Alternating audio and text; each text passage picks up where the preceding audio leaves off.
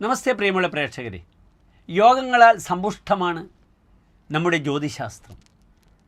പലപ്പോഴും വ്യക്തികളുടെ ജാതക ചിന്ത നടത്തുമ്പോൾ അവിടെ യോഗങ്ങളുടെ ഗ്രഹങ്ങളുടെ പരസ്പര സമ്മേളനത്തെയാണ് നാം യോഗമെന്ന് പറയുന്നത്. ആ യോഗമുള്ളപ്പോൾ പല നല്ല ഫലങ്ങളും ഒരു വ്യക്തിക്ക് അനുഭവിക്കാൻ സാധിക്കുന്നു. അതാണ് യോഗം. 2 ഗ്രഹങ്ങളുടെ യോഗമാണെങ്കിൽ ദ്വിഗ്രഹ യോഗം, 3 ഗ്രഹങ്ങളുടെ യോഗമാണെങ്കിൽ ത്രിഗ്രഹ യോഗം.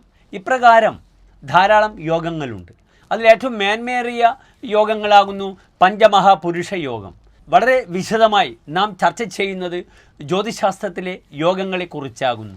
ആദ്യമായി നാം ചർച്ച ചെയ്യുന്നത് ചന്ദ്രനുണ്ടാക്കുന്ന യോഗങ്ങളെക്കുറിച്ചാണ്. ചന്ദ്രൻ്റെ 2ാം ഭാവത്തിൽ സൂര്യനൊഴിച്ചുള്ള ഗ്രഹങ്ങൾ നിന്നാൽ അതിന് സുനഭായോഗമെന്ന് പറയുന്നു.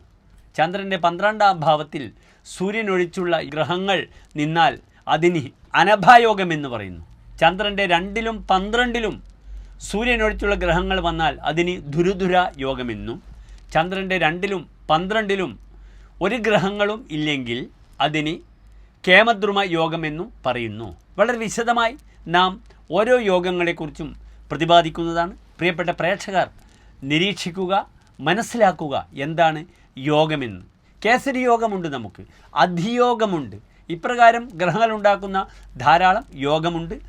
ആദ്യമായി ഈ സുനഭ യോഗം. ഹിത്വാർത്ഥം സുനഭാനഭ ധുരുധുര സ്വാന്ത്യോഭയസ്ഥേർ ഗ്രഹൈഹി ശീതാംശോഹോ കഥിതോ. ആദ്യമായി സുനഭായോഗത്തെ നാം ചർച്ച ചെയ്യുമ്പോൾ അർക്കം ഹിത്വ, സൂര്യനെ ഒഴിച്ച് ചന്ദ്രൻ്റെ 2ൽ നിൽക്കുന്ന ഗ്രഹങ്ങൾ ഉണ്ടെങ്കിൽ അതിനാണ്, ആ യോഗത്തിനാണ് നാം സുനഭായോഗമെന്ന് പറയുന്നത്. അത് സൂര്യനൊഴിച്ചുള്ള ഗ്രഹങ്ങൾ ചൊവ്വ, ബുധൻ, വ്യാഴം, ശുക്രൻ, ശനി, ഈ പഞ്ചഗ്രഹങ്ങൾ വന്നാലും അതിന് ഓരോ രീതിയിലുള്ള ഫലമാണ് ആചാര്യൻ പറഞ്ഞിരിക്കുന്നത്. അവിടെയും ആ യോഗത്തിന് ബലം വേണമെങ്കിൽ ചന്ദ്രൻ നല്ല വെളുത്ത പക്ഷത്തിലെ പക്ഷബലത്തോടു കൂടിയുള്ള ചന്ദ്രനാവുക. ആ ചന്ദ്രൻ്റെ 2ലാണ് മേൽപ്പറഞ്ഞ ഗ്രഹങ്ങൾ ഉണ്ടെങ്കിൽ ആ യോഗത്തിന് വളരെയധികം ബലം കൂടുന്നതാണ്. അതിനാൽ ഏത് ഭാവത്തിൻ്റെ ആധിപത്യമാണ് ചന്ദ്രന്, ചന്ദ്രൻ്റെ പക്ഷബലം എത്രത്തോളം ഇരിക്കുന്നു, ഇതിനെയൊക്കെ ആശ്രയിച്ചു കൊണ്ടാണ് ഈ യോഗത്തെ നാം വിലയിരുത്തുക. ആദ്യമായി എന്താണ് സുനഭായോഗം?